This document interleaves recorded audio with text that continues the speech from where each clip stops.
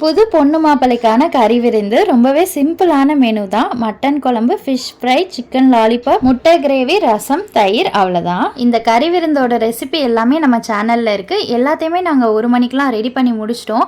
But பொண்ணு மாப்பிள்ளை வர்றதுக்கு கொஞ்சம் லேட் ஆகிடுச்சு. ஸோ வந்த கெஸ்ட்டுக்கெலாம் ஃபஸ்ட்டு சாப்பாடு போட்டுடலான்னு சொல்லி அவங்களுக்கும் சாப்பாடெலாம் போட்டுட்டு நாங்களுமே சாப்பிட்டு முடிச்சிட்டோம். ஆல்ரெடி ரொம்ப லேட் ஆகிடுச்சு. ஸோ பொண்ணு மாப்பிள்ளையும் வந்த உடனே ஃபஸ்ட்டு அவங்கள சாப்பிட வச்சாச்சு. சாப்பிட்டு பார்த்துட்டு அவங்க எல்லா டிஷ்ஷுமே அவங்களுக்கு ரொம்ப பிடிச்சிருந்ததா சொன்னாங்க.